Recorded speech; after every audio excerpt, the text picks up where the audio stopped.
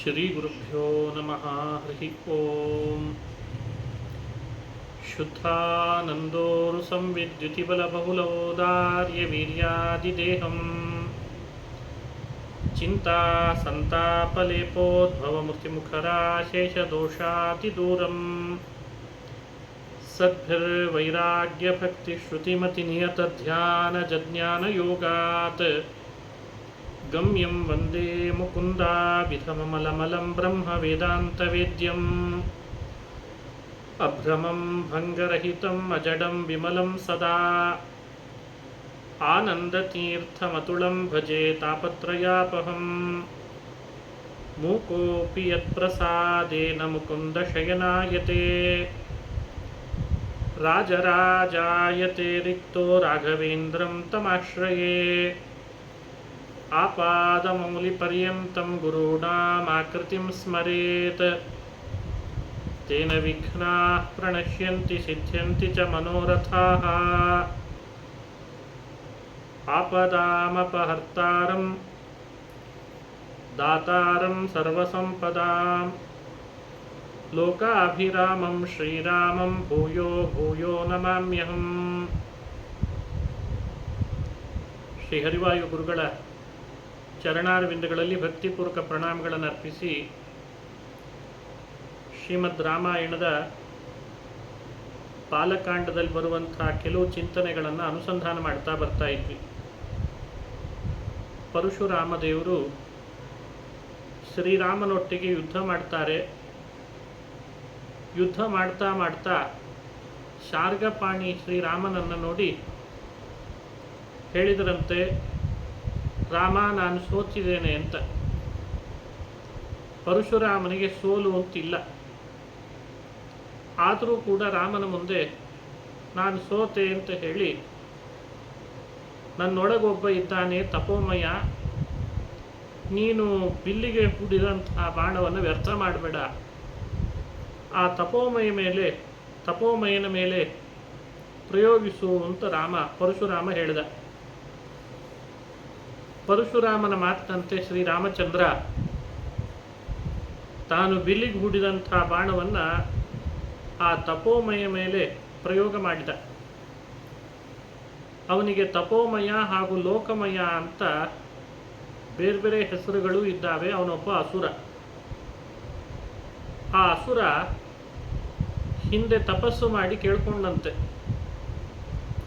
ಸಾಮಾನ್ಯವಾಗಿ ಅಸುರರೆಲ್ಲ ಬ್ರಹ್ಮನನ್ನ ಶಿವನನ್ನ ತಪಸ್ಸು ಮಾಡಿ ಕೇಳ್ಕೊಳ್ಳೋದು ಸಾವು ಬರಬಾರ್ದು ಅಥವಾ ಬಹಳ ವಿಚಾರ ಮಾಡಿ ನಮಗೂ ಮೋಕ್ಷ ಆಗಬೇಕು ಇಂಥವೆಲ್ಲ ಕೇಳ್ತಿರ್ತಾರೆ.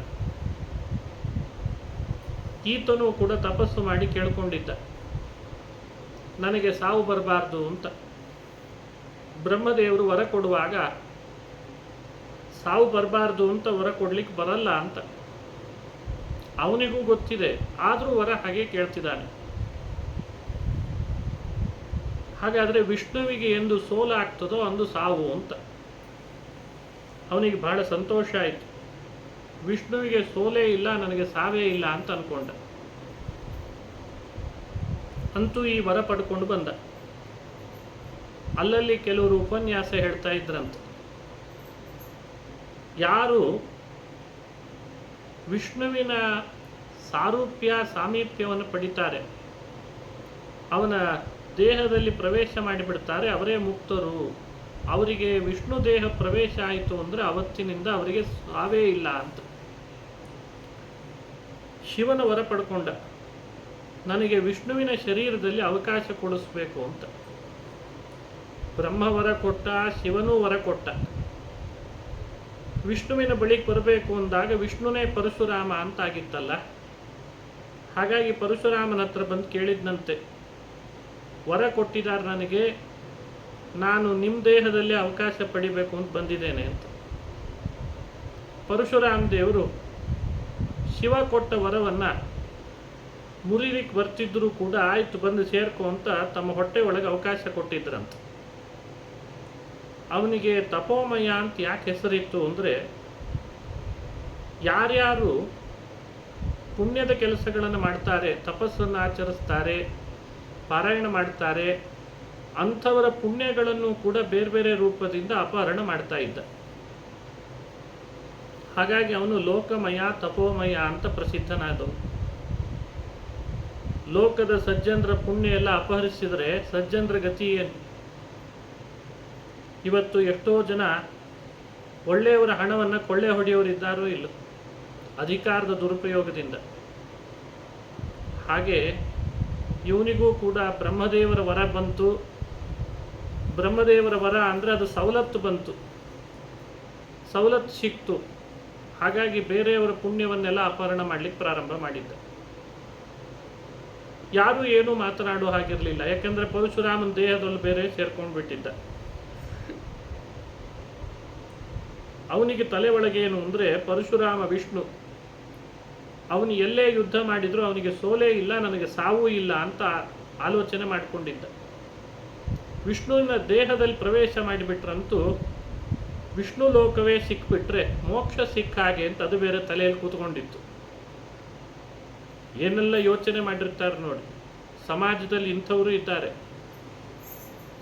ಕೇವಲ ಹಣ ಸಂಪಾದನೆ ಮಾಡಿ ಬಹಳ ದೊಡ್ಡ ಮಹಲುಗಳನ್ನು ಕಟ್ಟಿಸಿ ಕೈಗೆ ಕಾಲಿಗೆ ಆಳುಗಳನ್ನು ಇಟ್ಕೊಂಡ್ರೆ ಯಾವತ್ತೂ ನಮ್ಮನ್ನು ಯಾರೂ ಕೇಳೋರೇ ಇಲ್ಲ ಅಂತ ಎಷ್ಟು ಜನ ಇಲ್ಲ ಇವತ್ತು. ಅಧಿಕಾರದ ಮದ, ಸಂಪತ್ತಿನ ಮದ, ಹಾಗೆ ಇವನಿಗೆ ವರದ ಮದ. ಪರಶುರಾಮ ರಾಮನೊಟ್ಟಿಗೆ ಯುದ್ಧ ಮಾಡಲಿಕ್ಕೆ ಕಾರಣ ಈ ಒಳಗೆ ಸೇರಿಕೊಂಡ ತಪೋಮಯಾಸುರನನ್ನು ಕೊಲ್ಲಬೇಕಾಗಿತ್ತು. ತನ್ನೊಟ್ಟಿಗೆ ತಾನೇ ಯುದ್ಧ ಮಾಡ್ತಾ ಮಾಡ್ತಾ ರಾಮನು ತಾನೇ ಪರಶುರಾಮನು ತಾನೇ, ಆದ್ದರಿಂದ ವಿಷ್ಣು ಸೋತೆ ಅಂತ ಕೈ ಎತ್ತಿದ್ದಂತೆ. ಒಳಗಿದ್ದಂತಹ ಆ ಅಸುರನಿಗೆ ನಿಜವಾದ ಹೆಸರು ಅತುಲ ಅಂತಿತ್ತಂತೆ. ಅತುಲ ಅಂತ ಅವನ ಹೆಸರು.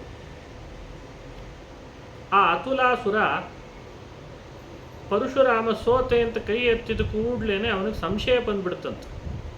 ಯಾಕೆಂದರೆ ರಾಮ ವಿಷ್ಣು ಅಂತ ಅವನಿಗೆ ಗೊತ್ತಿರಲಿಲ್ಲ.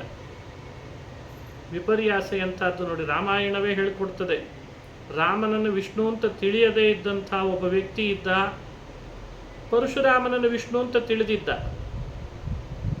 ಆ ಅಸುರನಿಗೆ ಪರಶುರಾಮ ಯಾವಾಗ ಸೋತೆ ಅಂತ ಕೈ ಎತ್ತಿದ್ನೋ ಭಯ ಬರಲಿಕ್ಕೆ ಶುರು ಆಯ್ತಂತೆ.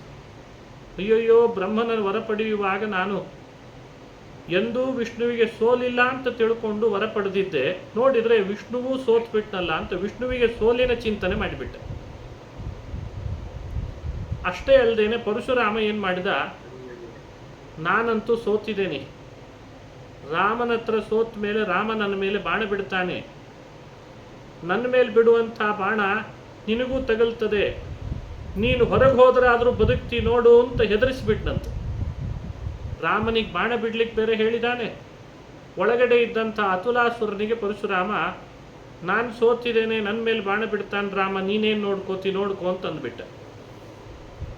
ಆ ದಡ್ಡ ಮೂರ್ಖ ಅತುಲಾಸುರ ಪರಶುರಾಮನೇ ಸೋತ ಅಂತ ತಿಳಿದದ್ದಲ್ಲದೆ ರಾಮ ಬಿಡೋ ಬಾಣ ಪರಶುರಾಮನ ದೇಹ ಸುಡ್ತದೆ ಅಂತ ಬೇರೆ ಭ್ರಮಿಸಿಬಿಟ್ಟ.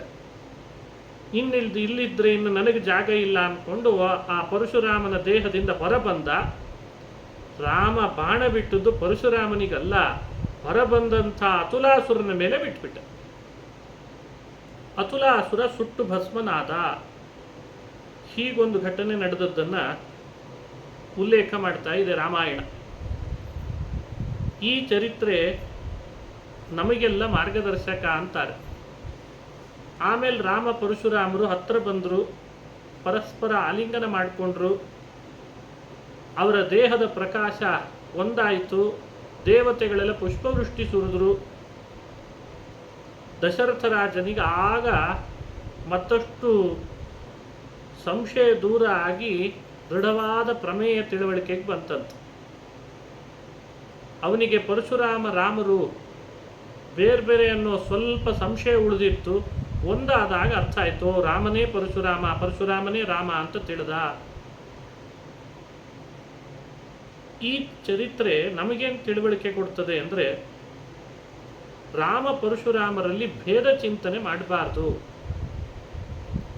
ಸಾಮಾನ್ಯ ರಾಮಾಯಣವನ್ನು ವ್ಯಾಖ್ಯಾನಿಸುವವರು ಇದನ್ನು ಬೇರೆ ಮುಖವಾಗಿ ವ್ಯಾಖ್ಯಾನ ಮಾಡ್ತಾರೆ. ಆದರೆ ಭಗವತ್ಪಾದರು ಇಲ್ಲಿ ತಿಳುವಳಿಕೆ ಕೊಟ್ಟರು. ಭಗವಂತನ ಅವತಾರಗಳಲ್ಲಿ, ಭಗವಂತನ ರೂಪಗಳಲ್ಲಿ ಭೇದ ಚಿಂತನೆ ಮಾಡಬಾರ್ದು ಅಂತಾರೆ. ಹಾಗಾಗಿ ರಾಮ ಪರಶುರಾಮರ ಭೇದ ಚಿಂತನೆ ಸರಿಯಾದದ್ದಲ್ಲ ಅಂತ ಸಜ್ಜನರಿಗೆ ತಿಳಿಸ್ಲಿಕ್ಕೆ ರಾಮ ಈ ಚರಿತ್ರೆಯನ್ನು ಮಾಡಿದ ಅಂತ ಒಂದು ಸಂದೇಶ.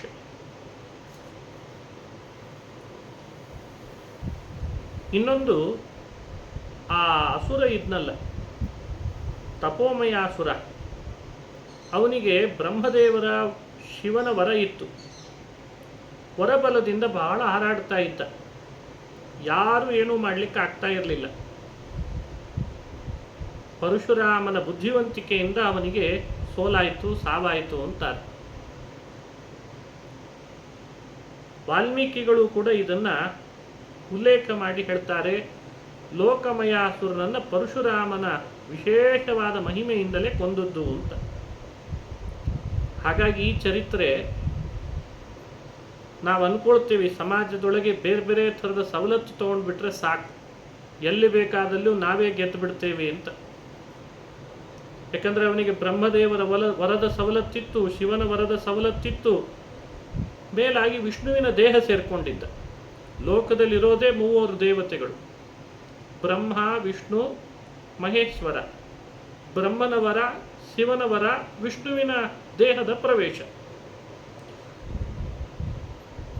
3ರ ಸಹಾಯ ಪಡ್ಕೊಂಡು ತನ್ನ ಸ್ವಾರ್ಥವನ್ನು ಬೇಯಿಸ್ಕೊಳ್ಬೇಕು ಅಂತ ಬಂದಂಥ ಅಸುರ ಅತುಲಾಸುರ. ಅಂಥ ಅತುಲಾಸುರನನ್ನು ರಾಮ ಸಂಹಾರ ಮಾಡಿದ್ದು ಲೋಕಕ್ಕೆಲ್ಲ ಒಂದು ಸಂದೇಶ ಕೊಡಲಿಕ್ಕೆ. ಯಾರು ದೇವತೆಗಳು ಕೊಡ್ತಾ ಇರುವಂಥ ಸವಲತ್ತನ್ನು ತಗೊಂಡು ತಮ್ಮ ಸ್ವಾರ್ಥವನ್ನು ಬೇಯಿಸ್ಕೊಳ್ಳಿಕ್ಕೆ ಹೋಗ್ತಾರೆ, ಅವರಿಗಿಲ್ಲಿ ಉಳಿಗಾಲ ಇಲ್ಲ ಅಂತಾರೆ.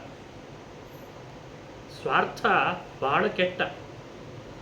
ಅವನು ಎಲ್ಲರ ಪುಣ್ಯವನ್ನು ಬೇರೆ ಅಪಹರಣ ಮಾಡ್ತಾ ಇದ್ದ ಸ್ವಾರ್ಥಿ. ಹಾಗಾಗಿ ರಾಮ ಸಮಾಜ ಘಾತುಕನಿವನು ಅಂತ ಅವನನ್ನು ಸಂಹಾರ ಮಾಡಿದ. ಇದು ಒಂದು ರಾಮ ಪರಶುರಾಮ ದೇವರ ಅಪೂರ್ವವಾದಂಥ ಚರಿತ್ರೆ ಅಂತ ವರ್ಣನೆ ಮಾಡ್ತಾರೆ. ಆಮೇಲೆ ದಶರಥ ರಾಜ ಪರಶುರಾಮ ದೇವರನ್ನು ನಮಸ್ಕಾರ ಮಾಡಿದ. ಪರಶುರಾಮ ದೇವರು ಅಲ್ಲಿಂದ ಹೊರಟರು. ಜಾಮದಗ್ನ್ಯೋ ಗತೋ ರಾಮ ಪ್ರಯಾತು ಚತುರಂಗಿಣಿ ಅಯೋಧ್ಯಾಭಿಮುಖಿ ಸೇನಾ ತ್ವಯಾ ನಾಥೇನ ಪಾಲಿತ. ಪರಶುರಾಮ ಹೊರಟ ಮೇಲೆ ರಾಮ ಅಯೋಧ್ಯೆ ಕಡೆಗೆ ಅಭಿಮುಖನಾಗಿ ಮುಂದೆ ಹೊರಟ. ಸೀತಾ ಸಮೇತನಾಗಿ ಅಯೋಧ್ಯೆಗೆ ಬಂದು ನೆಲೆಸಿದ್ದಾನೆ.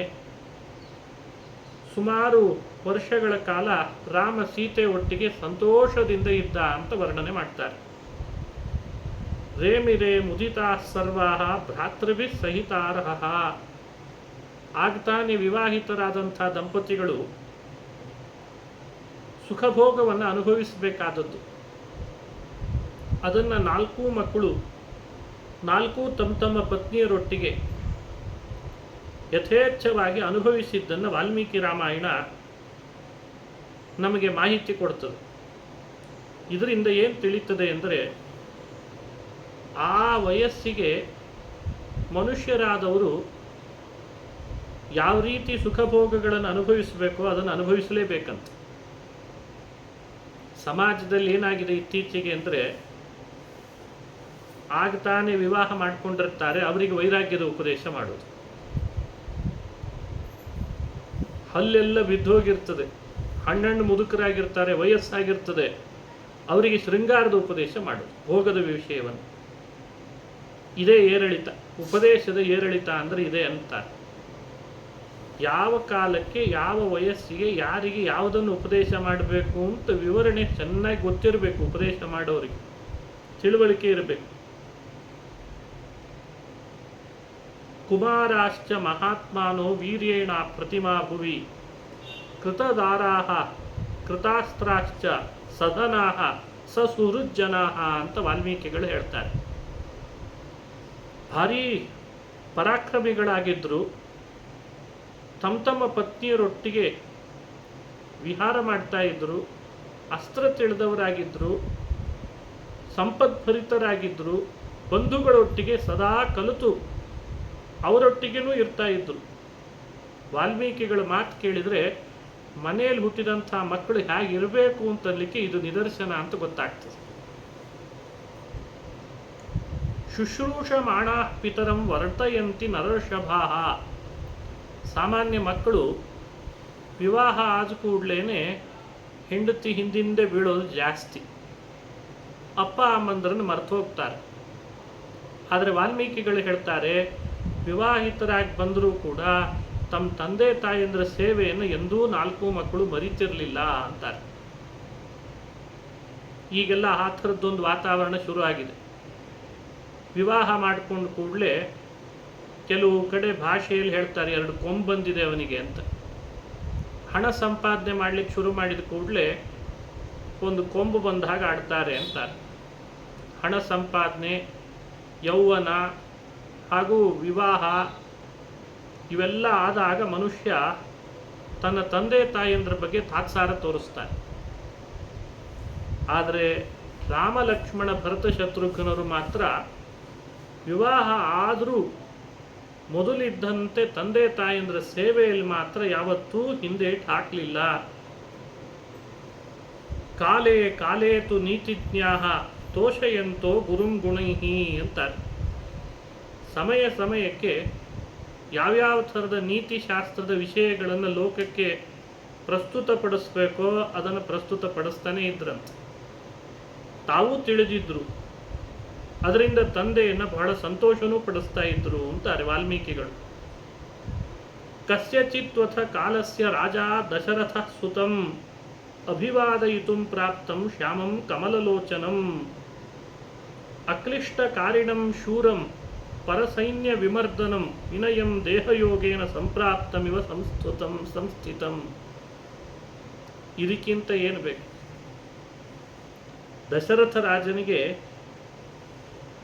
ಶ್ರೀರಾಮಚಂದ್ರ ಒಂದು ದಿವಸವೂ ಬಿಡದೆ ನಮಸ್ಕಾರ ಮಾಡ್ತಾ ಇದ್ದಂತೆ. ಒಂದಿನ ಮರ್ತದ್ದಿಲ್ಲ ಅಂತಾರೆ. ಅಭಿವಾದಯಿತುಂ ಪ್ರಾಪ್ತಂ ಶ್ಯಾಮಂ ಕಮಲಲೋಚನಂ. ದಿನಾ ದಿನ ಅಭಿವಾದನಶೀಲನಾಗಿದ್ದ. ಹೀಗೆ ರಾಮನ ಗುಣಗಾನ, ಭರತನ ಗುಣಗಾನ ಮಾಡ್ತಾರೆ.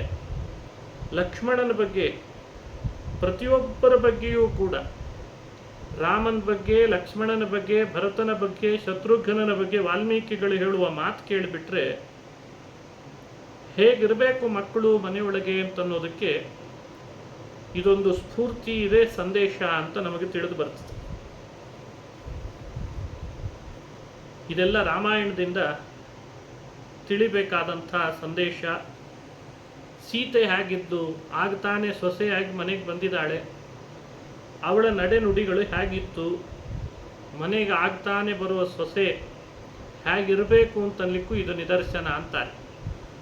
ಪ್ರಿಯಾತು ಸೀತಾ ರಾಮಸ್ಯ ದಾರಾ ಪಿತೃಕೃತ ಇತಿ ಗುಣಾದ್ ರೂಪ ಗುಣಾಚ್ಚಾಪಿ ಪ್ರೀತಿರ್ಭೂಯೋಭ್ಯ ವರ್ತತ ಅಂತ ಒಂದು ಮಾತು ವಾಲ್ಮೀಕಿಗಳು ಹೇಳ್ತಾರೆ. ಹೃದಯಂಚೈವ ಜಾನಾತಿ ಪ್ರೀತಿಯೋಗಿ ಪರಸ್ಪರಂ. ರಾಮಸ್ಯ ಪ್ರಿಯ ತು ದಾರಾಹ. ರಾಮನಿಗೆ ಯಾವತ್ತೂ ಅಪ್ರಿಯವಾಗಿ ನಡೆದುಕೊಂಡದ್ದು ಇಲ್ಲವೇ ಇಲ್ಲಂತೆ ಸೀತೆ. ಬಂದಾಗಿನಿಂದ ಹಾಗೇ ಇದ್ದಾಳೆ. ಯಾವ ವಿಷಯದಲ್ಲಿಯೂ ಕೂಡ ರಾಮನಿಗೆ ಬೇಡವಾದದ್ದನ್ನು ಮಾಡಲೇ ಇಲ್ಲ ಅವು. ದಾರಾ ಪಿತೃಕೃತ ಇತಿ ಗುಣಾತ್ ರೂಪಗುಣಾಚ್ಚಾಪಿ ಪ್ರೀತಿ ಭೂಯೋ ಅಭ್ಯವರ್ಧತ. ಸ್ತ್ರೀಯರಲ್ಲಿ ಇರಬೇಕಾದಂಥ ಬಹಳ ದೊಡ್ಡ ಗುಣ ಇದು. ಸ್ತ್ರೀಯರಲ್ಲಿ ಇರಬೇಕಾದದ್ದು ಏನು? ಗುಣಾತ್ ರೂಪಗುಣಾಚ್ಚಾಪಿ. ಎಂಥವರನ್ನು ಆಕರ್ಷಣೆ ಮಾಡಬಲ್ಲದು ಯಾವುದು ಅಂದರೆ ಅವರಲ್ಲಿರಬೇಕಾದಂಥ ರೂಪಗುಣ, ಪ್ರೀತಿಗುಣ. ಅದು ಎಲ್ಲರನ್ನ ಆಕರ್ಷಣೆಗೊಳಿಸುವಂತೆ ಮಾಡ್ತದೆ. ಹೀಗೆ ತಕ್ಕ ಪತ್ನಿ ಸಿಕ್ಕಿದಾಳೆ ರಾಮನಿಗೆ. ದಶರಥ ಎಂಥ ಸೊಸೆಯನ್ನು ಮನೆಗೆ ತಂದ ಅಂತ ದಶರಥ ರಾಜನನ್ನು ಕೂಡ ಬಹಳ ಶ್ಲಾಘನೆ ಮಾಡ್ತಾ ಇದ್ರು ಅಂತ ವರ್ಣನೆ ಮಾಡ್ತಾರೆ. ಮಾತೃಭ್ಯೋ ಮಾತೃಕಾರ್ಯಾಣಿ ಕೃತ್ವಾ ಪರಮಯಂತ್ರಿತಃ ಗುರುಣಾಂ ಗುರುಕಾರ್ಯಾಣಿ ಕಾಲೇ ಕಾಲೇ ಅನ್ವವೈಕ್ಷತ. ಕಾಲೇ ಕಾಲೇ ಅನ್ವವೈಕ್ಷತ ಅಂತಾರೆ. ಚಕಾರ ರಾಮೋ ಧರ್ಮಾತ್ಮ ಪ್ರಿಯಾಣಿ ಚ ಹಿತಾನಿ ಚ. ವ್ಯಕ್ತಿ ಮನೆಯಲ್ಲಿ ಎಲ್ಲರಿಗೆ ಬೇಕಾದವನು ಅಂತ ಆಗಬೇಕಾದ್ರೆ ಇವುಗಳನ್ನು ಬೆಳೆಸ್ಕೊಳ್ಬೇಕು. ತಾಯಿಯನ್ನ ಮಾತೃಭ್ಯೋ ಮಾತೃಕಾರ್ಯಾಣಿ ಕೃತ್ವ ಪರಮಯಂತ್ರಿತ, ತಾಯಿಯನ್ನು ಗೌರವಿಸಬೇಕು. ಚಕಾರ ರಾಮೋ ಧರ್ಮಾತ್ಮ ಪ್ರಿಯಾಣಿಚ ಹಿತಾನಿಚ ಪೌರ ಕಾರ್ಯಾಣಿ ಸರ್ವಶಃ ಪಿತುರಾಜ್ಞಾಂ ಪುರಸ್ಕೃತ್ಯ ಅಂತಾರೆ. ಒಬ್ಬ ಮಗನಾಗಿ ಹುಟ್ಟಿ ತಂದೆ ಇರುವಾಗ ತಂದೆ ಆದೇಶಕ್ಕೆ ಬೆಲೆ ಕೊಟ್ಟು ಪಟ್ಟಣಿಗರಿಗೆ ಬೇಕಾಗುವ ಸವಲತ್ತುಗಳನ್ನು, ಹಿತವಾದದ್ದನ್ನು, ಪ್ರಿಯವಾದದ್ದನ್ನು ಎಂದೂ ಮಾಡದೇ ಇರ್ತಿರಲಿಲ್ಲ ಅಂತ. ಅದಕ್ಕೆ ರಾಮ ಜನಮಾನಸವನ್ನು ಮುಟ್ಟಿದಂಥ ರಾಜ ಅಂತಾರೆ. ಈಗೆಲ್ಲ ಮ್ಯಾನಿಫೆಸ್ಟೋ ಅಂತ ಬಿಡ್ತಾರೆ ಎಲೆಕ್ಷನ್ನಲ್ಲಿ, ರಾಮರಾಜ್ಯದ ಕನಸು ಹೊತ್ತು ಬಂದವರು ಅಂತ ಭಾರಿ ಭಾರಿ ಹಾಕ್ಕೊಂಡಿರ್ತಾರೆ. ಯಾವತ್ತೂ ಪ್ರಜೆಗಳಿಗೆ ಬೇಕಾದ ಹಿತವನ್ನು ಮಾಡಿರಲ್ಲ. ವಾಲ್ಮೀಕಿಗಳು ಹೇಳ್ತಾರೆ, ಧರ್ಮಾತ್ಮ ಪ್ರಿಯಾಣಿಚ ಹಿತಾಣಿಚ ಪೌರ ಕಾರ್ಯಾಣಿ ಸರ್ವಶಃ. ಆಲೋಚನೆಯಲ್ಲಿ ಯಾವಾಗಲೂ ಇರ್ತಿತ್ತು, ಯಾವ ಯೋಜನೆ ಹಾಕೋದ್ರಿಂದ ಪಟ್ಟಣಿಗರಿಗೆ, ಅಯೋಧ್ಯೆ ವಾಸಿಗಳಿಗೆ ಹಿತವಾಗ್ತದೆ, ಪ್ರಿಯವಾಗ್ತದೆ ಅಂಥದ್ದನ್ನು ಹಾಕ್ತಾ ಇದ್ದಂತೆ. ಅದು ತಂದೆ ಆದೇಶದಂತೆ ಅಂತ ಹೇಳ್ತಾರೆ. ತಂದೆ ಆದೇಶದಂತೆ ಅದನ್ನು ಮಾಡಿ ಎಲ್ಲರ ಪ್ರೀತಿಯನ್ನು ಸಂಪಾದಿಸ್ತಾ ಇದ್ದ, ಗಳಿಸ್ತಾ ಇದ್ದ. ಸೀತೆಯು ಅದಕ್ಕೆ ಅನುಕೂಲಲಾಗಿದ್ಲು ಅಂತಾರೆ. ತಸ್ಯಾಶ್ಚ ಭರ್ತಾ ದ್ವಿಗುಣಂ ಹೃದಯೇ ಪರಿವರ್ತತೆ ಹೃದಯಂಚೈವ ಜಾನಾತಿ ಪ್ರೀತಿಯೋಗಿ ಪರಸ್ಪರಂ. ಹೆಂಡತಿಯಾಗಿ ಮನೆಗೆ ಬಂದವಳು ಗಂಡನ ಮನಸ್ಸನ್ನು ಗೆಲ್ಲಬೇಕು. ಮನಸ್ಸನ್ನು ಗೆಲ್ಲಿಕ್ಕಿರುವ ಉಪಾಯ ಅಂದರೆ ಪ್ರೀತಿಯೋಗಿ ಪರಸ್ಪರಂ. ಎಷ್ಟು ಪ್ರೀತಿ ತೋರಿಸ್ತಾಳೆ ಅಷ್ಟು ಗಂಡ ವಶನಾಗ್ತಾಳೆ. ಹೃದಯಂಚೈವ ಜಾನಾತಿ, ಎಷ್ಟೆಷ್ಟು ಗಂಡನ ಹೃದಯವನ್ನು ತಿಳಿದಿರ್ತಾಳೆ ಅಷ್ಟಷ್ಟು ರಾಮನ ರಾಮ ಸೀತೆಗೆ ವಶನಾಗ್ತಾನೆ. ಎಂಥ ವಿಚಿತ್ರ ಅಂದರೆ ತಸ್ಯಾಶ್ಚ ಭರ್ತ ದ್ವಿಗುಣಂ ಹೃದಯೇ ಪರಿವರ್ತತೆ ಅಂತಂತಾರೆ. ಸೀತೆ ತೋರಿಸ್ತಾ ಇದ್ದ ಪ್ರೀತಿ ರಾಮನ ಮೇಲೆ ಅಷ್ಟು, ರಾಮ ಅವಳು ತೋರಿಸ್ತಾ ಇದ್ದದ್ರದ್ದು 2 ಪಟ್ಟು ಸೀತೆ ಮೇಲೆ ತೋರಿಸ್ತಿದ್ದಂತೆ. ಹೀಗಾಗಿ ಪರಸ್ಪರ ಇವರಿಬ್ಬರಲ್ಲಿ ಅಂಥ ಒಂದು ಅದ್ಭುತವಾದ ಪ್ರೀತಿ ಇತ್ತು ಅಂತ ವಿವರಣೆ ಕೊಡ್ತಾರೆ. ಅಂತರ್ಜಾತಮಪಿ ವ್ಯಕ್ತಂ ಆಖ್ಯಾತಿ ಹೃದಯಂ ಹೃದಾ ತಸ್ಯ ಭೂಯೋ ವಿಶೇಷೇಣ ಮೈಥಿಲಿ ಜನಕಾತ್ಮಜ ದೇವತಾಭಿ ಸಮಾರೂಪೇ ಸೀತಾ ಶ್ರೀರಿವ ರೂಪಿಣಿ ಅಂತಂದ್ಬಿಟ್ರು ವಾಲ್ಮೀಕಿಗಳು. ಸಾಮಾನ್ಯವಾಗಿ ಹೃದಯ ಯಾವತ್ತಿದ್ರೂ ಅಂತಃಕರಣ ಹೊರಗೆ ತೋರಿಸೋದಲ್ಲ ಅದು. ಅದಕ್ಕೆ ವಾಲ್ಮೀಕಿಗಳಂತಾರೆ ಅಂತರ್ಜಾತಂ ಅಭಿವ್ಯಕ್ತಂ ಹೃದಯಂ ಅಂತಾರೆ. ವ್ಯಕ್ತಂ ಆಖ್ಯಾತಿ ಹೃದಯಂ ಹೃದ.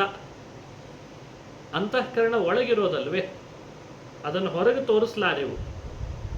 ರಾಮ ಸೀತೆಯರಲ್ಲಿ ಮಾತ್ರ ಇಂಥ ಅದ್ಭುತವಾದ ಹೃದಯ ಬೆಸುಗೆ ಆಗಿತ್ತು ಅಂತ ವಿವರಣೆ ಕೊಡ್ತಾರೆ.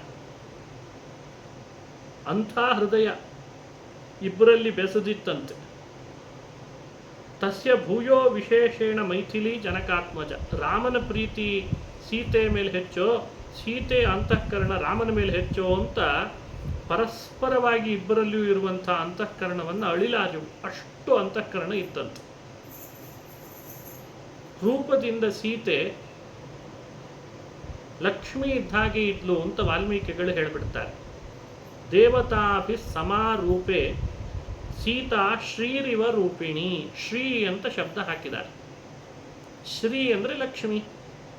ರೂಪದಿಂದ ಲಕ್ಷ್ಮಿನೇ ಆಗಿದ್ಲಂತೆ ಸೀತೆ, ಬೇರೆ ಇನ್ಯಾರೂ ಅಲ್ಲ, ಲಕ್ಷ್ಮಿನೇ. ಹೀಗೆ ವಾಲ್ಮೀಕಿಗಳು ರಾಮ ಹಾಗೂ ಸೀತೆಯರ ಬಗ್ಗೆ ಬಹಳ ವಿಶ್ಲೇಷಣೆ ಕೊಡ್ತಾರೆ. ಒಂದೊಂದು ಶ್ಲೋಕದಲ್ಲಿಯೂ ಅಪೂರ್ವವಾದ ವಿಶ್ಲೇಷಣೆ ಇದೆ.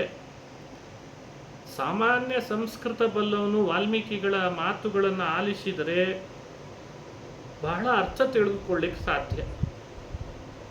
ಅಂಥವಳೊಟ್ಟಿಗೆ ಬಹುಕಾಲ ರಾಮ ವಿಷ್ಣು ಲಕ್ಷ್ಮಿಯ ಒಟ್ಟಿಗೆ ಕ್ರೀಡಿಸಿದಂತೆ ತಾನೂ ಕ್ರೀಡಿಸಿದ ಅಂತ ಒಂದು ಮಾತನ್ನು ಹೇಳಿ ಕೊನೆಗೊಳಿಸ್ತಾರೆ ಬಾಲಕಾಂಡವನ್ನು.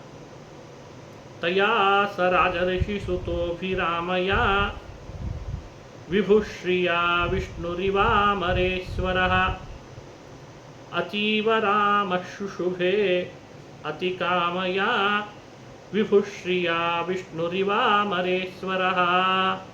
ಇದು ವಾಲ್ಮೀಕಿ ರಾಮಾಯಣದ ಬಾಲಕಾಂಡದ ಕೊನೆಯ ಶ್ಲೋಕ. ತಯ ಸ ರಾಜರ್ಷಿ ಸುತೋ ಅಭಿರಾಮಯ ಅಂತ ವರ್ಣನೆ ಮಾಡ್ತಾರೆ.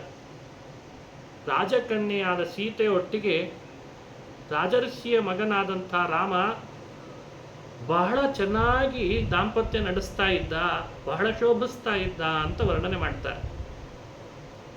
ಈ ಮಾತಿನಲ್ಲಿ ನಮಗೆ ಕೊಡಬೇಕಾದ ಅರ್ಥ ಏನು ಅಂದರೆ, ವಾಲ್ಮೀಕಿಗಳು ತಿಳಿಸ್ಲಿಕ್ಕೆ ಹೊರಟ ಅರ್ಥ ಏನು? ಯಾವುದೇ ಪುರುಷ ಬಹಳ ಒಳ್ಳೆ ಸಮಾಜದಲ್ಲಿ ಹೆಸರು ತಗೊಳ್ತಾನೆ ಅಂದರೆ, ಅಥವಾ ತನ್ನ ಕಾರ್ಯವನ್ನು ನಿಷ್ಠೆಯಿಂದ ಮಾಡ್ತಿದ್ದಾನೆ, ಯಶಸ್ಸನ್ನು ಗಳಿಸ್ತಾ ಇದ್ದಾನೆ, ಆರ್ಥಿಕವಾಗಿ ಬಹಳ ಸದೃಢನಾಗ್ತಿದ್ದಾನೆ, ರೂಪದಿಂದ ದೇಹದಿಂದ ಎಲ್ಲ ರೀತಿಯಿಂದ ಅವನಲ್ಲಿ ಕೊರತೆನೇ ಇಲ್ಲ, ಪರಿಪೂರ್ಣನಾಗಿ ಕಾಣ್ತಾ ಇದ್ದಾನೆ ಅಂದರೆ ಅದರ ಹಿಂದೆ ಹೆಣ್ಣು ಕಾರಣ ಆಗಿರ್ತದೆ. ಅದನ್ನು ವಾಲ್ಮೀಕಿಗಳು ಚೆನ್ನಾಗಿ ಬಣ್ಣಿಸ್ತಾರೆ. ರಾಮ ಸೀತೆಯನ್ನು ವಿವಾಹ ಮಾಡಿಕೊಂಡು ಬಂದಾಗ ಸೀತೆಯ ಸಹಕಾರ ಎಷ್ಟೆಷ್ಟಿತ್ತೋ ಅಷ್ಟಷ್ಟು ರಾಮ ಮೆರಿತಾ ಇದ್ದಾನೆ. ಇದು ಲೋಕಕ್ಕೆ ಕೊಡುವಂಥ ಒಂದು ಸಂದೇಶ. ವಿವಾಹಿತರಾದಂಥ ದಂಪತಿಗಳಲ್ಲಿ ಈ ಭಾವನೆ ಇರಬೇಕು. ಅದು ಬಿಟ್ಟು ಅಂತಃಕರಣವೇ ಇಲ್ಲ, ಕಲಹವೇ ಆಗ್ತಾ ಇದ್ದರೆ ವ್ಯಕ್ತಿಯ ಬೆಳವಣಿಗೆ ಕುಂಠಿತ ಆಗಿಬಿಡ್ತದೆ. ಅದಕ್ಕೆ ಅತೀವ ರಾಮ ಶುಶುಭೆ ಅತಿ ಕಾಮಯ ರಾಮ ಅತೀವ ಶುಶುಭೆ. ಅತ್ಯಂತ ಶೋಭಾಯಮಾನನಾಗ್ತಾ ಇದ್ದಾನೆ ರಾಮಚಂದ್ರ. ಒಂದೇ ಉದಾಹರಣೆ ಕೊಡ್ಬೋದಿಲ್ಲಿ. ಶ್ರಿಯಾ ವಿಷ್ಣುರಿವಾಮರೇಶ್ವರಃ. ವೈಕುಂಠದಲ್ಲಿರುವಂಥ ಸಾಕ್ಷಾತ್ ವಿಷ್ಣು ಲಕ್ಷ್ಮಿಯೊಟ್ಟಿಗೆ ಎಷ್ಟು ಸುಖವಾಗಿರ್ತಾನೆ, ಯಾವಾಗಲೂ ಆನಂದದಿಂದ ಇರ್ತಾನೆ. ರಾಮ ಅಯೋಧ್ಯ ಪಟ್ಟಣದೊಳಗೆ ಸೀತೆ ಒಟ್ಟಿಗೆ ಅಷ್ಟೇ ಆನಂದದಿಂದ ಇದ್ದ, ಶೋಭಿಸ್ತಾ ಇದ್ದ ಅಂತ ವರ್ಣನೆ ಮಾಡ್ತಾರೆ. ಹೀಗೆ ರಾಮ ಸೀತೆಯರ ದಾಂಪತ್ಯ, ಮೇಲಾಗಿ ರಾಮನ ಗುಣಗಳು, ರಾಮ ಪ್ರಜೆಗಳೊಟ್ಟಿಗೆ ನಡೆಸ್ತಾ ಇದ್ದಂತಹ ಅವರ ಅನುಕೂಲಕ್ಕಾಗಿ ಮಾಡ್ತಾ ಇದ್ದ ಕಾರ್ಯ, ಅವುಗಳನ್ನೆಲ್ಲ ವಾಲ್ಮೀಕಿ ಮಹರ್ಷಿಗಳು ವರ್ಣನೆ ಮಾಡಿ ನಮ್ಮ ಕಣ್ಣು ಮುಂದೆ ತಂದಿಡ್ತಾರೆ. ಅದನ್ನು ಅನುಸಂಧಾನ ಮಾಡಬೇಕು. ಇದಾದ ಮೇಲೆ ಜನಮಾನಸದಲ್ಲಿ ರಾಮನ ಗುಣಗಳು ಬೇರೂರ್ಲಿಕ್ಕೆ ಪ್ರಾರಂಭ ಆಯಿತು. ದಶರಥನಿಗೂ ವಯಸ್ಸಾಗ್ತಾ ಬಂತು. ವಯಸ್ಸಾಗ್ತಾ ಆಗ್ತಾ ತಂದೆ ಯೋಚನೆ ಮಾಡೋದು ಅದನ್ನೇ ಅಲ್ವೇ, ಇನ್ನು ಸಾಕು ನನ್ನ ಆಡಳಿತ, ನನ್ನ ಮಗ ಆಡಳಿತ ಮಾಡಲಿ, ನಾನು ಇನ್ನು ಹಿಂದೆ ಸರಿತೇನೆ, ಅವನು ಮಾಡೋದನ್ನು ನೋಡಿ ಕಣ್ತುಂಬಿಸ್ಕೊಳ್ತೇನೆ ಅಂತ ಯಾವ ತಂದೆಯಾದರೂ ಆಸೆ ಪಡ್ತಾರೆ. ಮಂತ್ರಾಲಯ ಪ್ರಭುಗಳು ರಾಮ ಜನಮಾನಸ ಸೇರಿದ್ದರ ಬಗ್ಗೆ ಒಂದು ಮಾತು ಹೇಳ್ತಾರೆ. ಕಲ್ಯಾಣಾನಂತ ಧರ್ಮ ಗುಣಲವರಹಿತ ಪ್ರಾಣಿನಾಮಂತರಾತ್ಮೇತ್ಯಾದ್ಯುಕ್ತಶ್ಚಾಭಿಷೇಕೆ ಪುರಜನಮಹಿತೋ ಮಹ್ಯತಾಮೇವ ಚೋಭಿಃ. ಇದು ಮಂತ್ರಾಲಯ ಪ್ರಭುಗಳ ಮಾತಿನಲ್ಲಿ ರಾಮನ ಗುಣಗಾನ. ರಾಮಚಾರಿತ್ರ್ಯ ಮಂಜರಿ ಅಂತ ಒಂದು 12 ಶ್ಲೋಕ ಮಾಡಿದ್ದಾರೆ. ಬಹಳ ಅದ್ಭುತ. ದಿನನಿತ್ಯ ರಾಮಾಯಣದ ಪಾರಾಯಣದ ಫಲ ಕೊಡುತ್ತದೆ. ರಾಮಚಂದ್ರ ಕಲ್ಯಾಣ ಅನಂತ ಧರ್ಮ ಅಗುಣಲವರಹಿತ. ವ್ಯಕ್ತಿ ಬಹಳ ಬೇಗ ಜನಮಾನಸವನ್ನು ತಲುಪೋದು ಯಾವುದರಿಂದ? ಅವನೊಳಗಿರುವಂಥ ಗುಣಗಳಿಂದ.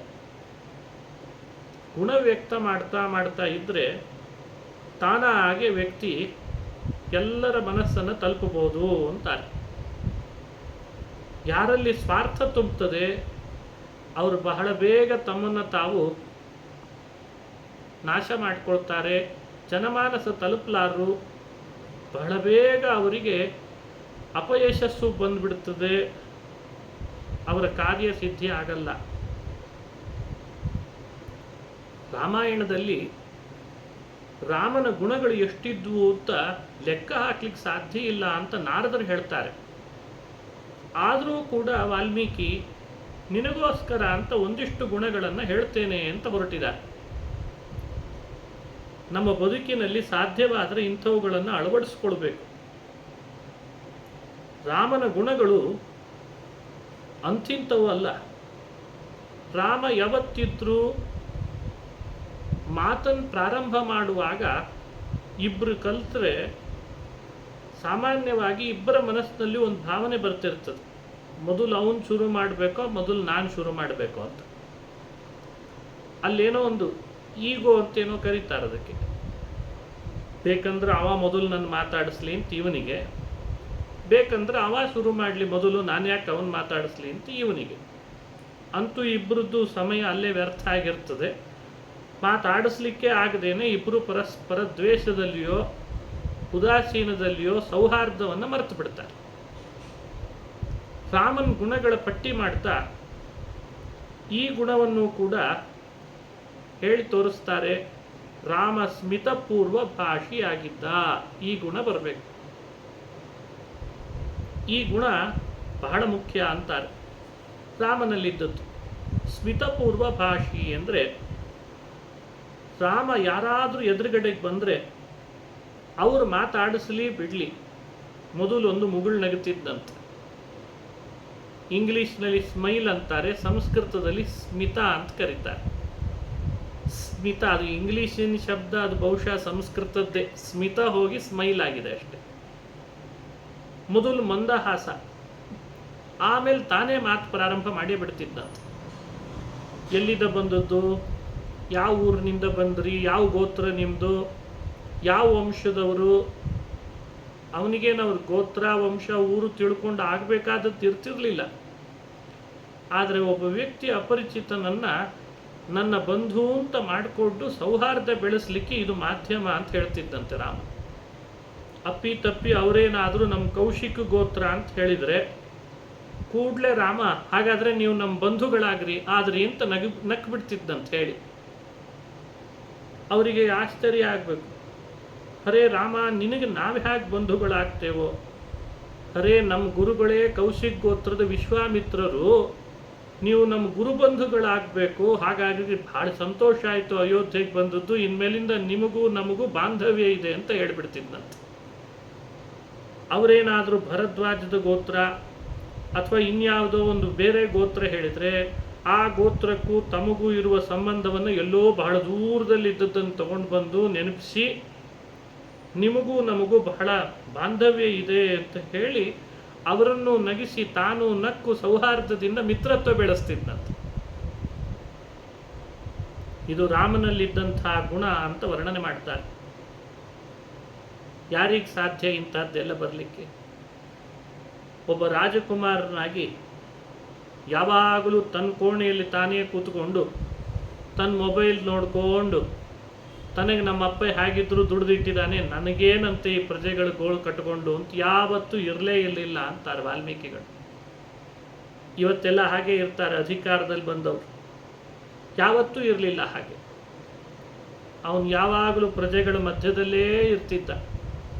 ಹೊಸದವರು ಯಾರಾದರೂ ಅಯೋಧ್ಯೆಗೆ ಬಂದಿದ್ದಾರೆ ಅಂದರೆ ಸಾಕು, ಮೊದಲು ಅವ್ರ ಪರಿಚಯ ನಾನು ಮಾಡ್ಕೊಳ್ಬೇಕು ಅಂತ ಆತುರಿತಿದ್ದ. ಅದಕ್ಕೆ ವಾಲ್ಮೀಕಿಗಳು ಸ್ಮಿತಪೂರ್ವ ಭಾಷಿ ಅಂತ ಈ ಮಾತಿನಿಂದ ರಾಮನಲ್ಲಿದ್ದಂತಹ ಗುಣ ಹೀಗಿತ್ತು ಅಂತ ಪರಿಚಯ ಮಾಡಿಸ್ತಾರೆ. ಹಾಗೇನೆ ರಾಮನಲ್ಲಿದ್ದಂತಹ ಮತ್ತೊಂದು ಗುಣ ಇತ್ತು. ರಾಮ ಅಂದರೆ ರಾಮೋ ದ್ವಿರ್ನಾಭಿಭಾಷತೆ. ಇದು ಕಲಿಬೇಕಾದದ್ದು ನಾವೆಲ್ಲ. ಯಾರನ್ನಾದರೂ ತಿದ್ದುವ ಪ್ರಸಂಗ ಬಂದರೆ ರಾಮ ಒಂದೇ ಬಾರಿ ಒಂದು ಮಾತಿನಿಂದ ಹೇಳ್ತಿದ್ದಂತೆ ಅಷ್ಟೇ. ಪದೇ ಪದೇ ಆ ತಪ್ಪನ್ನು ಕೆದಕಿ ಅವನಿಗೆ ಮತ್ತೆ ಹೇಳಿದ್ದಿಲ್ಲ. ಅವನ ಮನಸ್ಸಿನಲ್ಲಿ ಆ ತಪ್ಪು ತಿದ್ದುಕೊಂಡ್ರೆ ಸಾಕು ಎದುರುಗಡೆ ಇದ್ದವನು. ಸಂಸ್ಕೃತದಲ್ಲಿ ದ್ವಿರ್ನಾಭಿಭಾಷತೆ ಅಂದರೆ ತಪ್ಪಿತಸ್ಥನಾದವನ ತಪ್ಪನ್ನು ಪದೇ ಪದೇ ಅವನಿಗೆ ಎತ್ತಿ ತೋರಿಸಿ ಅವನ ಮನಸ್ಸಿಗೆ ಆಘಾತ ಆಗೋ ಹಾಗೆ ಮಾಡ್ತಿರಲಿಲ್ಲ ಅಂತ ಅರ್ಥ.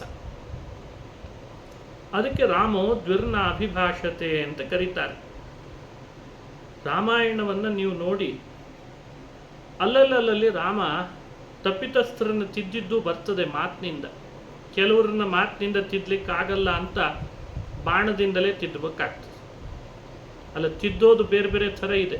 ರಾಮ ಭೂಮಿಗೆ ಬಂದದ್ದೇ ಮನುಷ್ಯರನ್ನು ತಿದ್ದಲಿಕ್ಕೆ ಅಂತದೆ ಭಾಗವತ. ರಾಮಾಯಣದ ಕಥೆ ಕೇಳುವಾಗ ಯಾವ್ಯಾವ ಕಥೆಯಿಂದ, ಯಾವ್ಯಾವ ಮಾತಿನಿಂದ, ಯಾರ್ಯಾರ ಜೊತೆಗೆ ರಾಮ ಮಾತನಾಡಿದ್ರಿಂದ ನಮ್ಮನ್ನು ಹ್ಯಾಕೆ ತಿದ್ದಿದ ಅಂತ ತಿಳಿದುಕೊಳ್ಳೋದೇ ಬಹಳ ಮಹತ್ವ. ಮರ್ತ್ಯಾವತಾರಸ್ತ್ವಿಹ ಮರ್ತ್ಯ ಶಿಕ್ಷಣಂ ರಕ್ಷೋವಧಾಯೈವ ನ ಕೇವಲಂ ವಿಭೋ.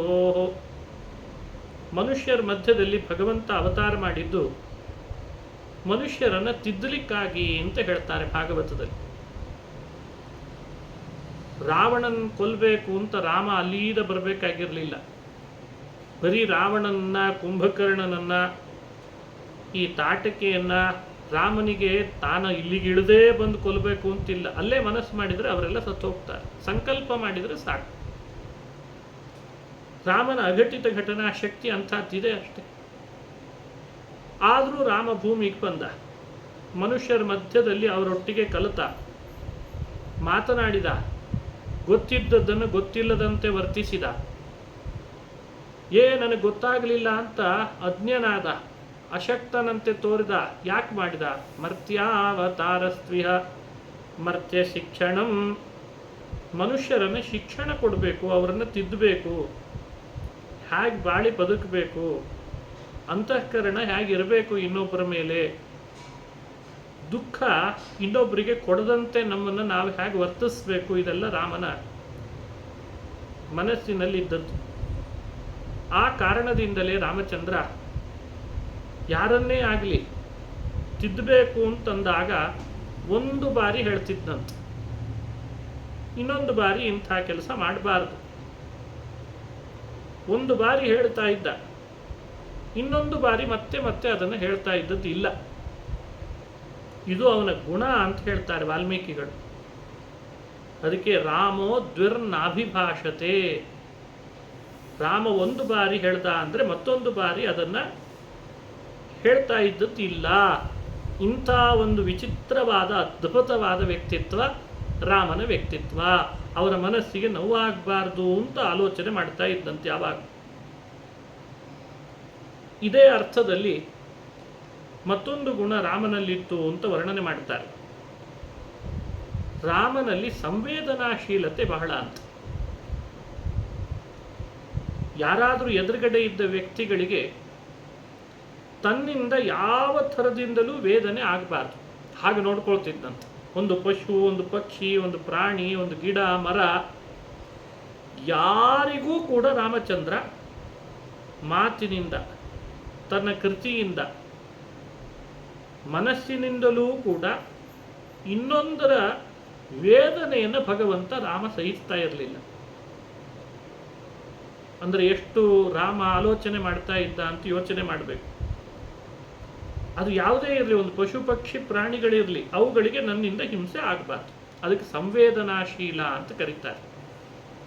ಸಂವೇದನಾಶೀಲ ಅಂದರೆ ಮತ್ತೊಬ್ಬರ ಮನಸ್ಸನ್ನು ಅರ್ಥಕೊಂಡು ಅವರಿಗೆ ಯಾವುದೇ ಥರದಿಂದಲೂ ದುಃಖ ಆಗದೇ ಇರುವ ಹಾಗೆ, ಮನಸ್ಸಿಗೆ ಹಿಂಸೆ ಆಗದೇ ಇರೋ ಹಾಗೆ ತನ್ನನ್ನು ತಾನು ಯಾವಾಗಲೂ ಹಾಗೇ ನೋಡ್ಕೊಳ್ತಾ ಇದ್ದಂತೆ.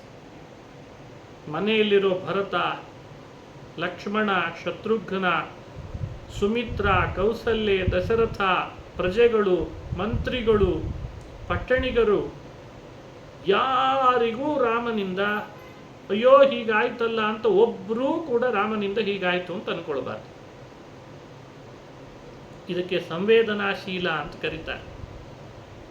ಇಂಥ ಗುಣಗಳೆಲ್ಲ ರಾಮನಲ್ಲಿತ್ತು ಅಂತ ಹೇಳ್ತಾ ಬರ್ತಾರೆ ಮಹಾನುಭಾವರು. ಇದನ್ನು ನಾವು ಅಳವಡಿಸ್ಕೊಳ್ಬೇಕಲ್ವೇ? ನಾವೆಷ್ಟು ಭೂಮಿಗೆ ಭಾರ ಆಗಿದ್ದೇವೆ, ನಾವೆಷ್ಟು ಇನ್ನೊಬ್ಬರಿಗೆ ನಮ್ಮಿಂದ ಆಘಾತ ಉಂಟು ಮಾಡ್ತಿದ್ದೇವೆ, ಮಾತಿನಿಂದ, ಕೃತಿಯಿಂದ.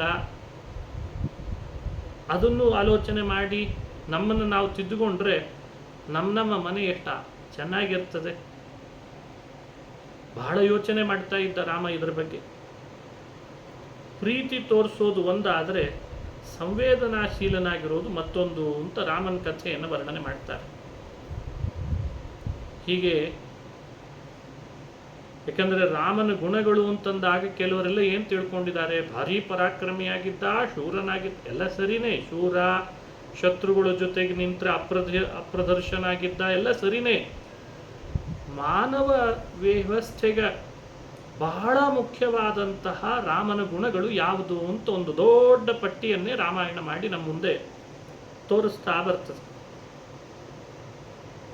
ಮತ್ತೆ ರಾಮ ಯಾರೇ ತನ್ನ ಬಳಿಗೆ ಬಂದರೂ ಇಲ್ಲ ಅಂತ ಹೇಳ್ತಿರ್ಲಿಲ್ಲ ಅಂತ, ಏನು ಇಲ್ಲ ಇಲ್ಲ ಅಂತ.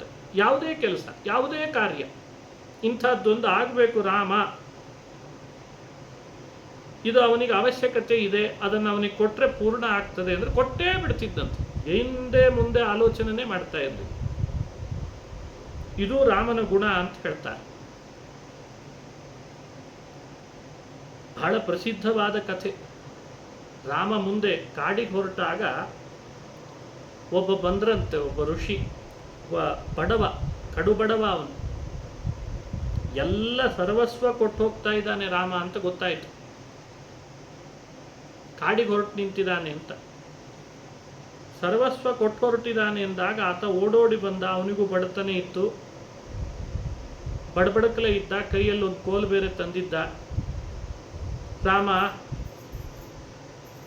ನೀನು ದಾನ ಮಾಡ್ತಾ ಇದ್ದೀಯಂತೆ, ನಾನು ಬಡವ, ನನಗೂ ಒಂದಿಷ್ಟು ದಾನ ಮಾಡು ಅಂತ ರಾಮನ ಬಳಿಗೆ ಬಂದು ಕೇಳ್ತಾನೆ. ಸುತ್ತಲೂ ಬೇರೆ ಬೇರೆಯವರು ನಿಂತಿದ್ರು. ರಾಮ ಏನು ದಾನ ಮಾಡ್ತಾನೆ ನೋಡೋಣ ಈಗ ಅಂತ. ರಾಮ ಹೇಳಿದ್ದಂತೆ, ಬರೋದು ಬಂದಿದ್ದೀರಿ, ದಾನಕ್ಕೆ ಅಂತ ಬಂದಿದ್ದೀರಿ, ಒಂದು ಕೆಲಸ ಮಾಡಿ,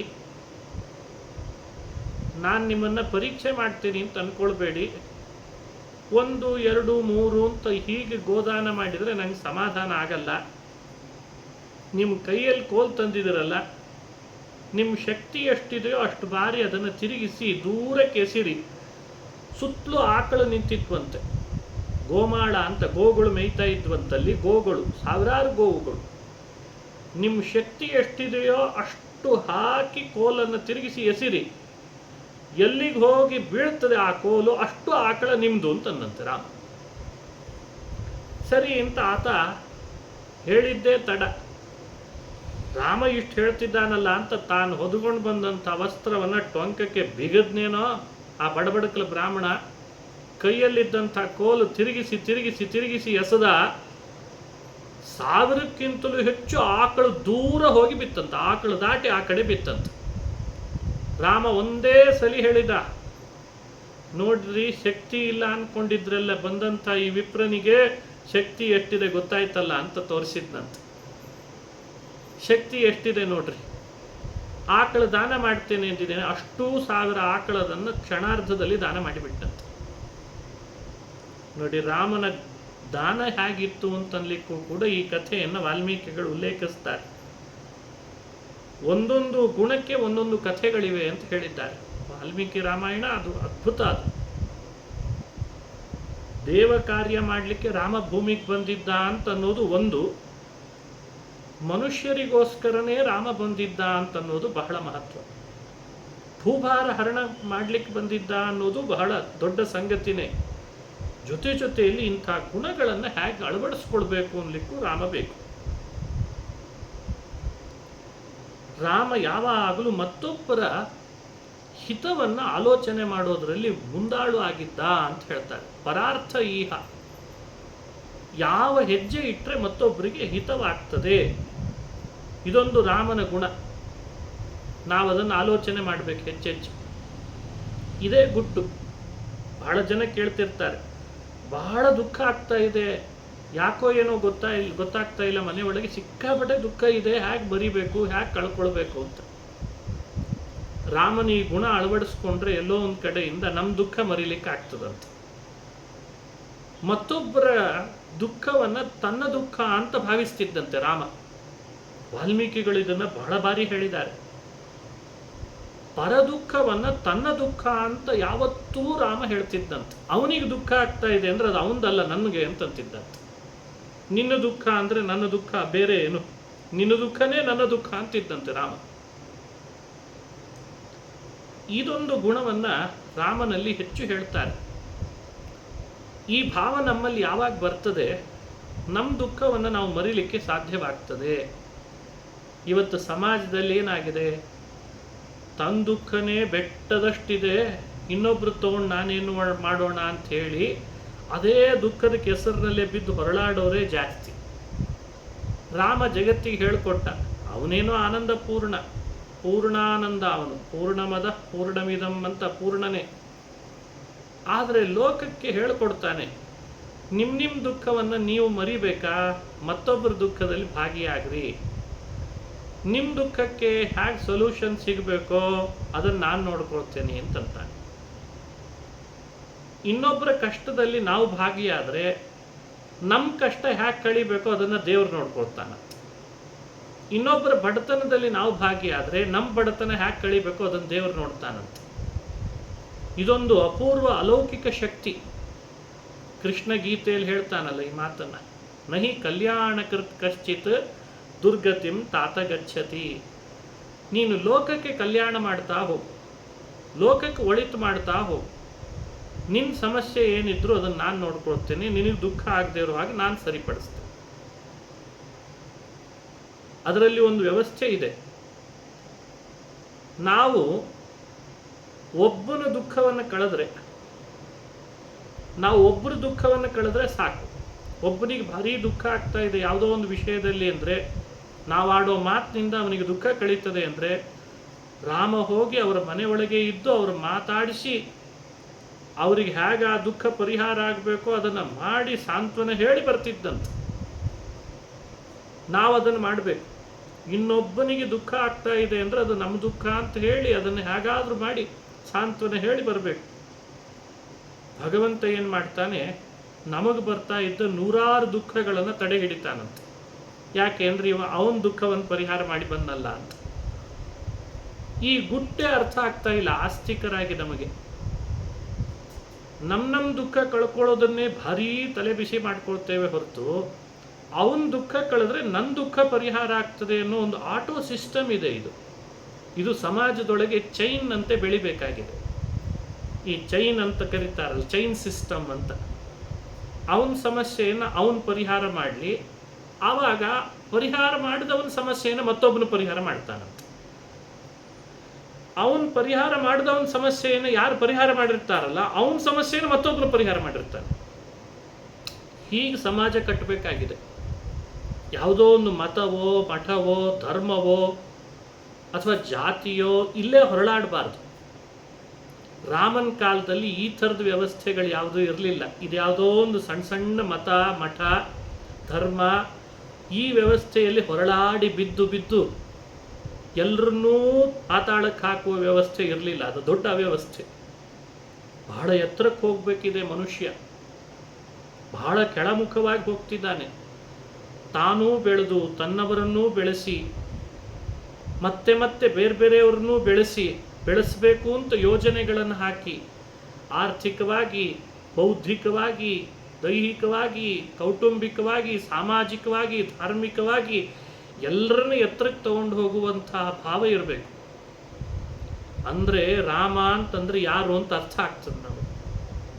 ನಾವು ಯಾವಾಗಲೂ ಕೆಳಗೆ ಬಿದ್ದು ರಾಮ ಅಂದರೆ ಏನು ಅಂತ ತಿಳ್ಕೊಳ್ಳಿಕ್ಕೆ ಹೋಗ್ತೇವೆ ಅಂದರೆ ನಮಗೆ ಕಲ್ಪನೆಗೂ ಬರಲ್ಲ. ರಾಮ ಅಂದರೆ ಅಷ್ಟು ಎತ್ತರದ ವ್ಯಕ್ತಿ. ಅದಕ್ಕೆ ವಾಲ್ಮೀಕಿಗಳು ಪದೇ ಪದೇ ಹೇಳ್ತಾರೆ, ರಾಮೋ ವಿಗ್ರಹವಾನ್ ಧರ್ಮ. ರಾಮ ಅಂದರೆ ನೀತಿ, ರಾಮ ಅಂದರೆ ಧರ್ಮ, ರಾಮ ಅಂದರೆ ಅದು ಕಾರುಣ್ಯದ ಮೇರು ಶಿಖರ. ರಾಮ ಅಂದರೆ ಮತ್ತೊಬ್ಬರ ದುಃಖವನ್ನು ತಂದು ಅಂತ ಅನುಭವಿಸ್ತಾ ಇದ್ದಂಥ ಬಹಳ ದೊಡ್ಡ ವ್ಯಕ್ತಿ. ಅವನನ್ನು ಅರ್ಥೈಸ್ಕೊಳ್ಳಿ, ಅವನನ್ನು ಆಲೋಚನೆ ಮಾಡ್ರಿ ಅಂತ ನಮಗೆ ಪದೇ ಪದೇ ತಿಳಿಸ್ತಾರೆ. ಗುಣ ಬಹುವಿಧ ಪ್ರಾಪ್ತಾ ತವ ಸಂದರ್ಶನಾನ್ಮಯ ಅಂತಾರೆ.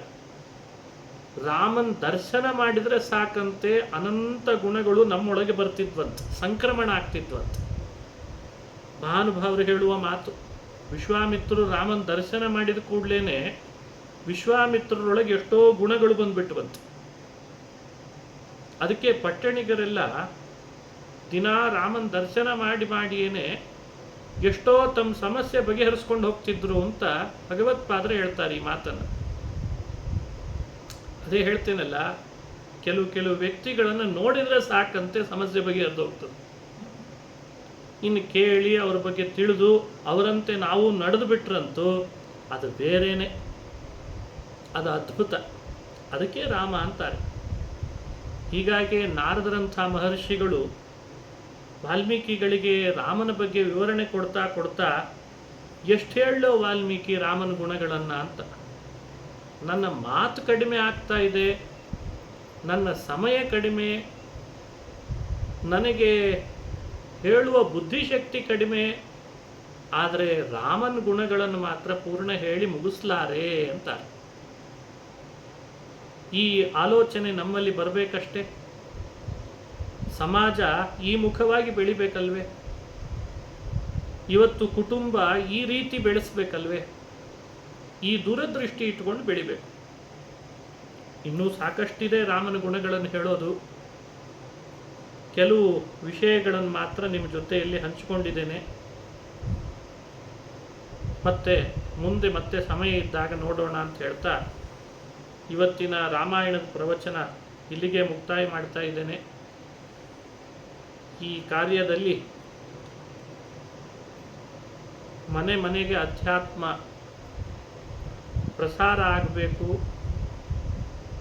ಆ ಕಾರಣದಿಂದಲೇ ರಾಮಾಯಣ ಪ್ರವಚನವನ್ನು ಪ್ರಾರಂಭ ಮಾಡಿದ್ದಾರೆ. ಈ ಮನೆಯ ಆಧ್ಯಾತ್ಮಿಕತೆ ಪ್ರಸಾರಕ್ಕಾಗಿ ಮಾಡಿಕೊಂಡ ಈ ಗ್ರೂಪ್, ಈ ಸಮಿತಿಯ ಎಲ್ಲ ಸದಸ್ಯರನ್ನು ಸೀತಾಪತಿ ಶ್ರೀರಾಮಚಂದ್ರ ಕ್ಷೇಮ, ಸ್ಥೈರ್ಯ, ವಿಜಯ, ವೀರ್ಯ, ಆಯುರಾರೋಗ್ಯ, ಐಶ್ವರ್ಯವನ್ನು ಕೊಡಲಿ. ಈ ಪ್ರವಚನದ ಪ್ರಾಯೋಜಕರಾದಂಥ ಬದ್ರಿನಾಥ್ ನರ್ಮದಾ ಮಾಮಿಯವರು ಬಹಳ ಪರಿಚಯ ನಮಗೆ, ಬಹಳ ಹಿಂದಿನಿಂದ. ಅವರಿಗೂ ಹಾಗೂ ಅವರ ಕುಟುಂಬದ ಬೇರೆ ಎಲ್ಲ ಸದಸ್ಯರಿಗೂ ಶ್ರೀರಾಮಚಂದ್ರ ಕ್ಷೇಮ, ಸ್ಥೈರ್ಯ, ವಿಜಯ, ವೀರ್ಯ, ಆಯುರಾರೋಗ್ಯ, ಐಶ್ವರ್ಯವನ್ನು ಕೊಡಲಿ ಅಂತ ದೇವರಲ್ಲಿ ಪ್ರಾರ್ಥಿಸಿ, ಪ್ರವಚನ ಶ್ರವಣ ಮಾಡ್ತಾ ಇರುವ ಎಲ್ಲ ಆನ್ಲೈನ್ ಬಂಧುಗಳಿಗೂ ನನಗೂ ಸೀತಾಪತಿ ಶ್ರೀರಾಮಚಂದ್ರ ಅನುಗ್ರಹಿಸಲಿ ಅಂತ ಪ್ರಾರ್ಥನೆ ಮಾಡ್ತಾ, ಎಲ್ಲೋ ಯುದ್ಧ ನಡೀತಾ ಇದೆ, ಸಮಸ್ಯೆಗಳೆಲ್ಲ ಭಾರತ ದೇಶದ ಮೇಲೆ ಆಗ್ತಾ ಇದೆ. ಅದಕ್ಕೆ ನೀವು ಒಟ್ಟಿಗೆ ಪ್ರಾರ್ಥಿಸಿರೋಣ, ಆ ಯುದ್ಧ ಶಮನ ಆಗಲಿ. ಅವರವರ ಸ್ವಾರ್ಥಕ್ಕೆ ಮಾಡಿಕೊಳ್ಳುವ ಯುದ್ಧ ಬೇರೆ ದೇಶದ ಪ್ರಜೆಗಳಿಗೆ ಎಷ್ಟು ಕಗ್ಗಂಟಾಗ್ತದೆ. ಇಂಥ ಸ್ವಾರ್ಥಗಳು ಉಪಶಮನ ಆಗಬೇಕು, ಧರ್ಮದ ಜಾಗೃತಿ ಆಗಬೇಕು, ಮನೆಗಳಲ್ಲಿ ಸೌಹಾರ್ದ ಮೂಡಬೇಕು, ಅಧ್ಯಾತ್ಮದ ಫಲ ಎಲ್ಲರೂ ಉಣ್ಣುವಂತಾಗಬೇಕು, ಕಾಲಕ್ಕೆ ಮಳೆ ಬೆಳೆ ಎಲ್ಲ ಆಗಬೇಕು. ಅಂದರೆ ರಾಷ್ಟ್ರ ಸುಭಿಕ್ಷೆಯಿಂದ ಇರಲಿಕ್ಕೆ ಸಾಧ್ಯ. ಶ್ರೀರಾಮಚಂದ್ರ ಈ ಎಲ್ಲ ಥರದ ಸಜ್ಜನರಿಗೆ ಬೇಕಾಗುವ ಅನುಕೂಲಗಳನ್ನು ಮಾಡಿಕೊಡಲಿ. ಅಲ್ಲಿ ನಡೀತಿರುವಂಥ ಯುದ್ಧ ಉಪಶಮನವೂ ಆಗಲಿ, ರಾಷ್ಟ್ರಕ್ಕೆ ಸುಭಿಕ್ಷೆಯೂ ಆಗಲಿ. ಮನೆಗಳಲ್ಲಿ ಅಧ್ಯಾತ್ಮದ ವಿಷಯಗಳು ತಿಳಿದು ಪಾಶ್ಚಾತ್ಯ ಸಂಸ್ಕೃತಿ, ಭಾರತೀಯ ಸಂಸ್ಕೃತಿಗಳ ಯುದ್ಧ ಅದು ನಡೀತಾ ಇದೆ. ಪಾಶ್ಚಾತ್ಯ ಸಂಸ್ಕೃತಿ ಅನ್ನೋ ಹಾಗಿಲ್ಲ, ಅದನ್ನು ಪಾಶ್ಚಾತ್ಯ ವಿಕೃತಿ ಅನ್ನಬೇಕದ. ಬಹಳ ದೊಡ್ಡ ಬಿರುಗಾಳಿನೇ ಬೀಸ್ತಾ ಇದೆ ಇವತ್ತು. ಈ ಭಾರತೀಯ ಸನಾತನ ಧರ್ಮದ ಸಂಸ್ಕೃತಿ ಒಂದು ದೀಪ ಉರಿತಾ ಇದೆ. ಯಾವಾಗ ಬೇಕಾದರೂ ಆರಿಸ್ಬಿಡೋಣ ಅಂತ. ಇದರ ಜವಾಬ್ದಾರಿ ನಮಗೆಲ್ಲ ಇದೆ, ಅದು ಆರದಂತೆ ನೋಡ್ಕೊಳ್ಳೋ ಜವಾಬ್ದಾರಿ. ಹಾಗಾಗಿ ಯಾವ ದೇಶ, ಯಾವ ಕಾಲ, ಎಲ್ಲಿದ್ದೇವೆ, ಎಲ್ಲಿ ಹುಟ್ಟಿ ಬಂದಿದ್ದೇವೆ, ಹೇಗಿರಬೇಕು, ಇನ್ನೂ ನಮ್ಮಿಂದ ಆಗಬೇಕಾದ ಕರ್ತವ್ಯಗಳೇನು, ಈ ಎಚ್ಚರಿಕೆಯೆಲ್ಲ ನಮಗೆ ಬರಬೇಕು.